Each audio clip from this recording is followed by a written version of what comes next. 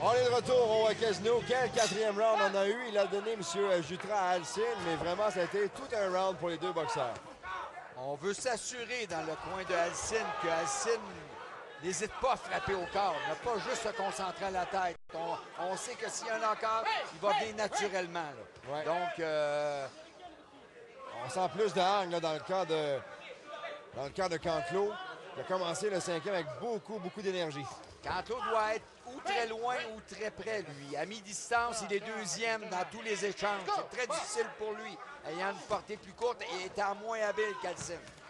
On voit que normalement, entre le deuxième et le cinquième round, Canclos qui a 17 KO dans cette portion-là de combat, donc c'est une porte qui va bien. Il est au cinquième round actuellement. Alcine qui tente de le garder à distance avec le long jab. Il a un net avantage à ce niveau contre son adversaire. Et j'ai bien aimé la remarque de l'entraîneur de Canclos en lui disant quand il est prêt, frappe avec tes uppercuts. Il ne veut plus qu'il frappe avec son crochet en arrière de la tête. Exactement, ben oui.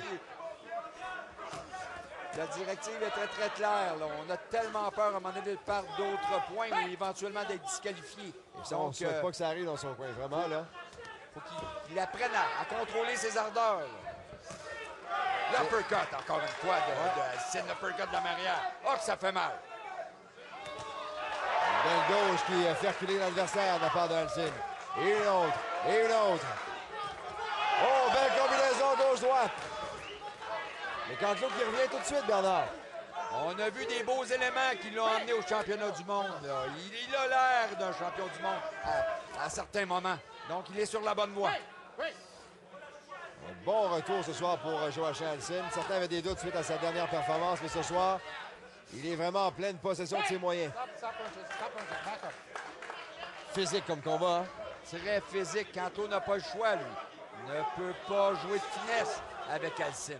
Alcine qui a ramené ses pieds un peu, lui, à la largeur des épaules. Il était beaucoup trop écarté dans les derniers combats et on voit qu'il a travaillé ça. C'est pas parfait, mais c'est mieux. Alcine dans les câbles, il se défend avec la droite. Et la gauche et la droite, encore une fois, réussit à toucher Canclos. Bonne main droite, là. Et Canclos qui en demande. Alcine qui a tourné gaucher à certains moments, il a réussi à placer des bons coups. Et Canclos, lui, là, arrogant, dit viens, je suis capable d'en prendre. Et ça, généralement, c'est pas bon signe. Quand un boxeur fait ça. C'est souvent un signe qu'on a été touché durement. Belle combinaison de la part de Canclos, mais rien de trop grave. Des petits coups sans trop d'importance avec la gauche et la droite. Alcine maintenant qui s'amène sur son adversaire. C'est le dernier repousse. Alcine qui a les mains basses cependant. Il devra se méfier. Parce que ça arrive vite quand même de la part de Canclos. On est en fin de round en direct du casino de Montréal sur V. On vous revient après ceci. Je te vois. Ton regard. Tes mains. Tes jetons. Je vois tout. Tout. Je n'ai donc pas besoin de connaître tes cartes. Nous jouons exclusivement sur fulltiltpoker.net.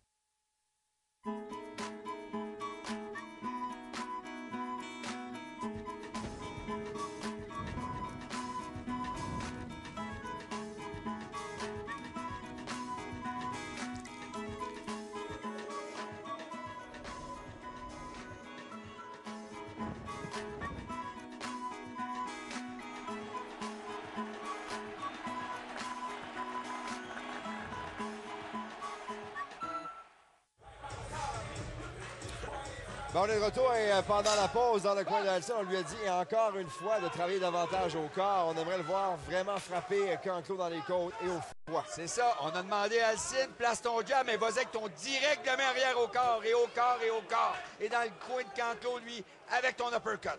Vas-y avec ton uppercut, donc va très près. Approche-toi. Glisse-toi sous les grands bras d'Alcine. Vraiment, droit, un très bon combat ce soir ici au Casino de Montréal, vraiment, là. Canclos qui est un guerrier et Alcine qui est très confiant ce soir dans son affrontement. Canclos qui tente de placer un coup, Alcine qui l'évite. Encore une fois, on se pousse. Et Marlon B. Wright qui sépare les deux boxeurs. Jab pour Alcine. Encore une fois. Canclos qui a tenté de passer sous le jab, mais ça n'a pas été réussi. Non, et là, il a réussi à s'approcher, placer quelques coups, mais c'est laborieux dans son cas. C'est pas fluide comme Alcine. Quand Alcine sort la mitraillette, ça touche la cible.